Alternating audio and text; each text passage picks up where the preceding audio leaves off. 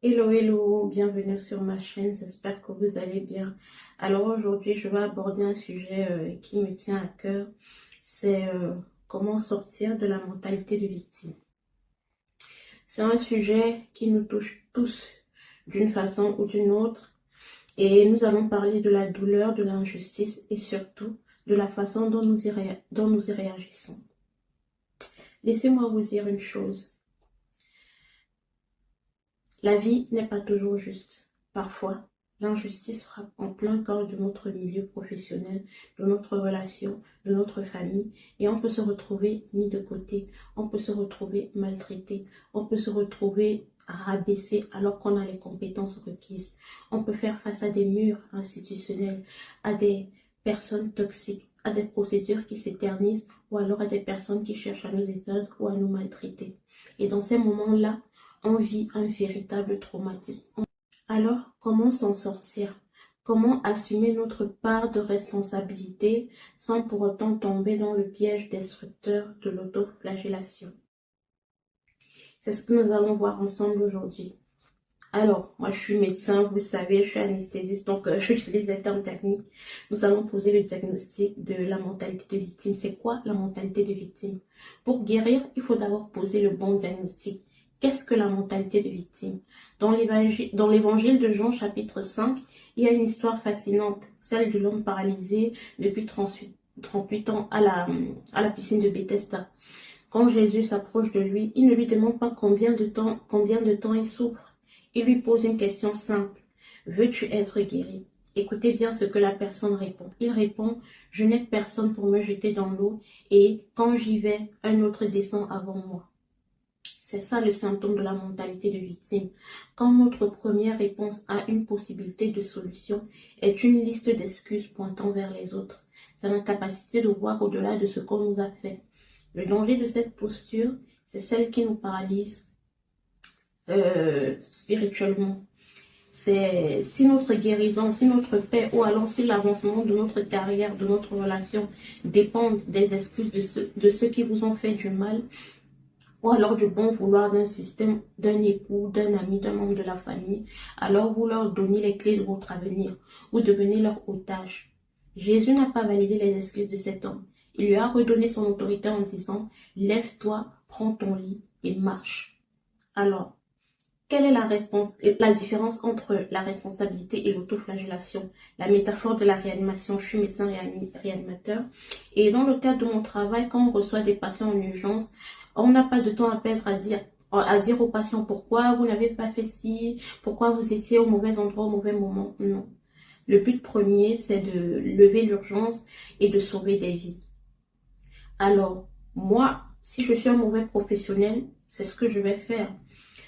C'est la même chose qu'on va adopter dans la vie de tous les jours. En médecine et en réanimation, en urgence, la première attitude, comme je vous le disais, c'est de ne pas perdre une seconde, de lever d'urgence, ne pas poser des questions inutiles au patient en lui demandant pourquoi il était là, pourquoi il a fait ça, ou alors en le blâmant. Non.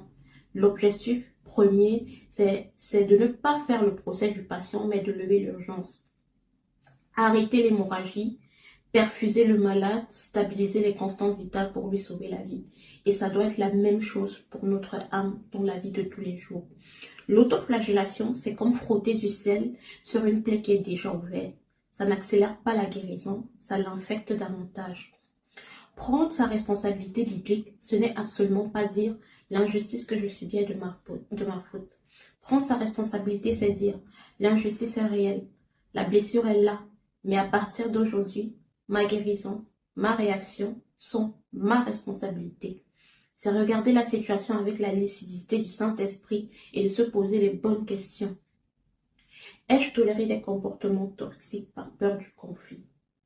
Ai-je manqué de poser des limites saines? Ai-je idolâtré mon poste, mon époux, ce membre de ma famille, mon poste, mon statut, ou alors l'approbation de mes supérieurs au point d'en oublier mon identité première en Christ? Et c'est dans ce cadre-là qu'il faut qu'on se place pour pouvoir vaincre l'amertume. L'amertume, c'est le poison de l'âme. Quand on est confronté à des systèmes administratifs, à des milieux professionnels toxiques, à des partenaires maltraitants, le plus dangereux qui pousse en nous, le sentiment le plus dangereux qui pousse en nous, c'est l'amertume. Dans le livre des Hébreux, chapitre 12, verset 15, on nous met déjà en garde. Veillez à ce que personne ne se prive de la grâce de Dieu, à ce qu'aucune racine d'amertume poussant des rejetants ne produise du trouble. L'amertume, c'est un poison que l'on boit soi-même en espérant que ce soit l'auteur qui meurt. Pendant que vous perdez le sommeil, en rejouant le film de votre injustice, de vos oppresseurs, eux, ils dorment très bien. Pour sortir de la victimisation, il faut pardonner. Pas parce que l'autre le mérite, mais parce que vous méritez la paix. Remettez votre dossier entre les mains du juge suprême qui est Dieu. Les tribunaux humains font leur travail, mais la justice divine a toujours le dernier mot. Alors, l'alchimie spirituelle, quelle est cette alchimie spirituelle? Tirez le positif de cette épreuve. Comment ressortir le positif d'une saison de désert ou d'une injustice flagrante? Dans le livre des Romains, chapitre 8, verset 28, ils laisseront citer « Tout concourt au bien de ceux qui aiment Dieu ». Il faut bien le comprendre. Dieu ne dit pas que le harcèlement est bon. Il ne dit pas que votre travail que vous avez perdu, c'est bien. Mais Dieu est maître de l'alchimie spirituelle. Il est capable de prendre les cendres de votre vie professionnelle, de votre relation amoureuse, de votre relation de famille détruite et d'en faire un terreau fertile. Et pour cela, il faut changer notre vocabulaire intérieur. Au lieu de crier « Pourquoi ma Seigneur ?» il faut demander « Pourquoi faire Seigneur ?» Pourquoi faire Seigneur? Quel est le but de cette saison? La réalité, c'est que la zone de votre plus grande épreuve cache souvent la zone de votre plus grande onction. C'est pourquoi vous avez été rabaissé afin de vous élever. C'est parce que vous avez été écarté des groupes. C'est parce que vous avez été maltraité par votre époux. C'est parce que vous avez été insulté par un membre de la famille. C'est parce que tout cela a été fait. Ça a été fait pour vous préparer au processus de guérison qui rend ces os fracturés en quelque chose de plus solide, de plus fort.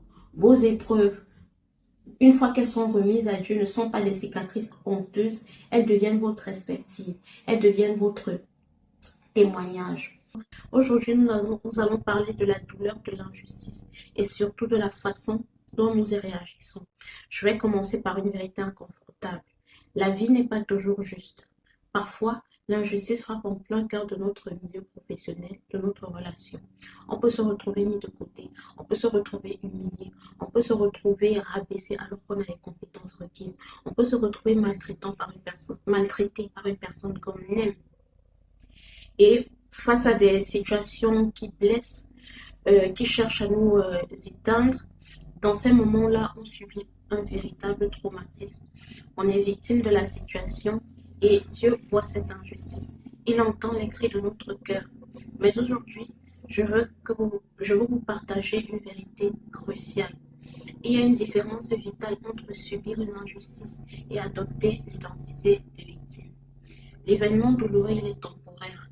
La mentalité de victime, quant à elle, c'est une prison psychologique et spirituelle à perpétuité que nous finissons par verrouiller de l'intérieur. Alors, comment en sortir? Comment assumer notre part de responsabilité, non pas pour s'autoflageller, mais pour avancer? Non pas tomber dans le piège destructeur de l'autoflagellation. C'est ce que nous allons voir ensemble aujourd'hui. Alors, comme vous le savez, moi je suis médecin, donc j'utilise les termes techniques. C'est quoi la mentalité de victime? Posons le diagnostic de la mentalité de victime. Dans l'évangile de Jean, chapitre 5, il y a cette histoire fascinante de l'homme paralysé depuis 38 ans à la piscine de Bethesda. Quand Jésus s'approche de lui, il ne lui demande pas depuis combien de temps il souffre. Il lui pose une question simple, la question qui semble presque choquante. Veux-tu être guéri? Écoutez bien ce que cette personne répond. L'homme répond, il ne dit pas oui Seigneur, il répond, je n'ai personne pour me jeter dans l'eau parce que quand j'y vais, un autre descend avant moi. C'est ça le symptôme de la mentalité de victime. C'est quand notre première réponse à la possibilité d'une solution, c'est une liste d'excuses qui pointe vers les autres. C'est l'incapacité de voir au-delà de ce qu'on nous a fait. Le danger de cette posture, c'est qu'elle nous paralyse spirituellement. Si votre guérison votre paix ou l'avancement de votre carrière, de votre couple, dépend des excuses de ceux qui vous ont fait du mal ou bien du bon vouloir d'un partenaire, d'un manager, d'un patron, d'un membre de la famille. Vous devenez leur otage, vous devenez leur esclave. Jésus n'a pas validé les excuses de cet homme. Il lui a redonné son autorité en disant, lève-toi de ton lit, prends ton lit et marche. Alors, il y a une différence entre responsabilité et autoflagellation et je vais utiliser ici l'allégorie de mon métier. Souvent, les chrétiens tombent dans ce piège-là de prendre les responsabilités pour tomber, pour basculer dans l'autoflagellation. On commence à se dire, si je vis cette situation, c'est de ma faute. J'ai été trop naïve. Je n'aurais pas dû faire confiance. Je suis une mauvaise personne. Je suis un mauvais chrétien. Je suis un mauvais époux. Je suis une mauvaise partenaire.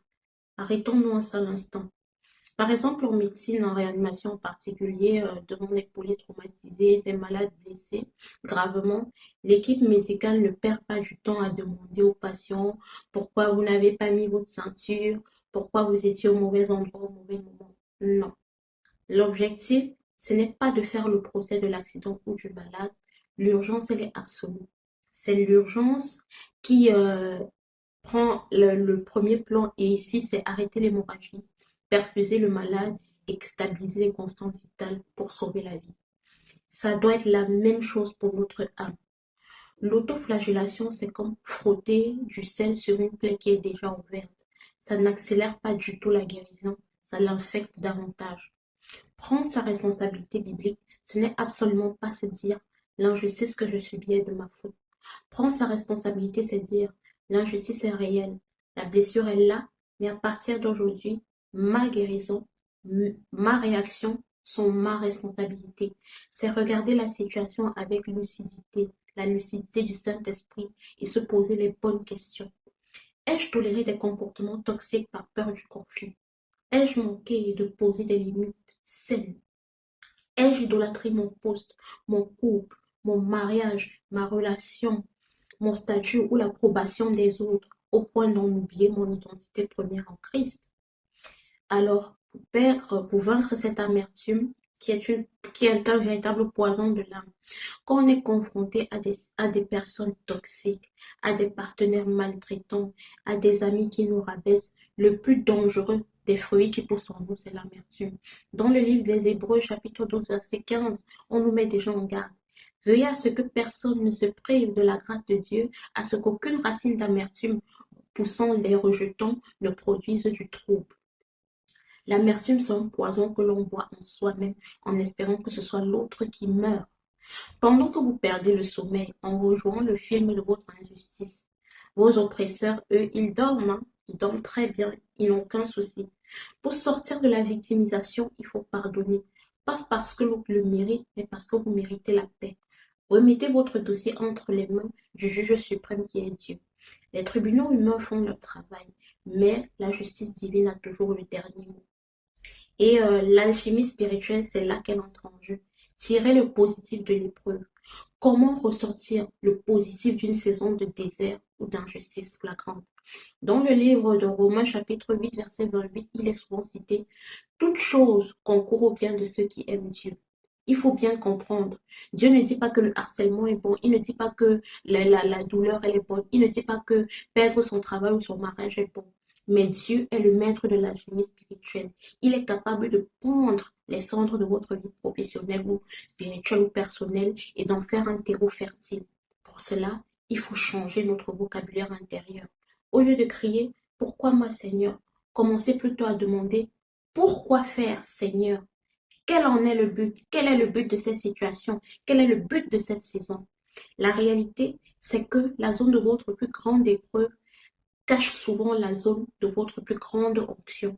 C'est parce que vous avez été rabaissé que vous saurez élever les autres. C'est parce que vous avez été écarté ou alors que vous avez été maltraité que vous saurez devenir une meilleure personne, un meilleur leader, un meilleur partenaire demain. L'os qui a été fracturé, une fois qu'il est bien réparé par le processus de guérison, il forme un cal osseux qui rend cette partie du corps plus solide qu'elle ne l'était avant la fracture. Vos épreuves une fois remises à Dieu, ne sont plus des cicatrices honteuses. Elles deviennent votre expertise. Elles deviennent votre témoignage. Et alors, pour conclure, je dirais que j'aimerais vous inviter à prendre une décision radicale aujourd'hui. Refusez que les actions des autres ou leurs paroles ou leurs défaillances dictent la fin de votre histoire. Rendez votre lit de malade. Arrêtez d'attendre que cette personne ou cette institution vienne s'excuser vers vous pour vous permettre d'avancer et saisissez la main de celui qui vous a appelé et qualifié. Répétez ceci dans votre fort intérieur. Je ne suis pas défini par ce qui m'est arrivé. Je suis défini par ce que Dieu dit que je suis. Je refuse l'amertume. Je rejette l'autoflagellation et je choisis d'être l'acteur de ma restauration par sa grâce.